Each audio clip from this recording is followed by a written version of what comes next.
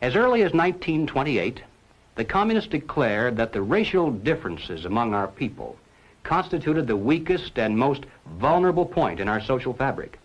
By constantly probing and straining at this one spot, they calculated that eventually the cloth could be torn apart and that Americans could be divided, weakened, and perhaps even set against each other in open combat.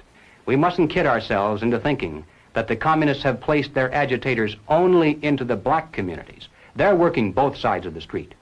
They want hatred, violence, and bloodshed between the races, and they don't care how they get it or whom they use, even children if necessary. Here is a book that I think ought to be in every home library.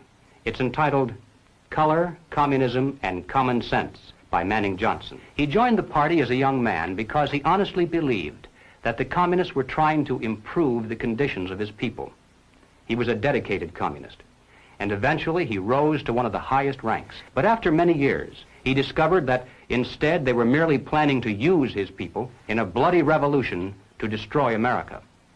And when he woke up to this, he dropped out of the party and devoted the rest of his life trying to alert his fellow citizens of all races to the true nature of the Communist Party as he knew it to be from the inside. Manning Johnson said, "Black rebellion was what Moscow wanted. Bloody racial conflict would split America. During the confusion, demoralization and panic would set in. Then finally the Reds say, workers stop work. Many of them seize arms by attacking arsenals. Street fights become frequent. Under the leadership of the Communist Party, the workers organize revolutionary committees to be in command of the uprising.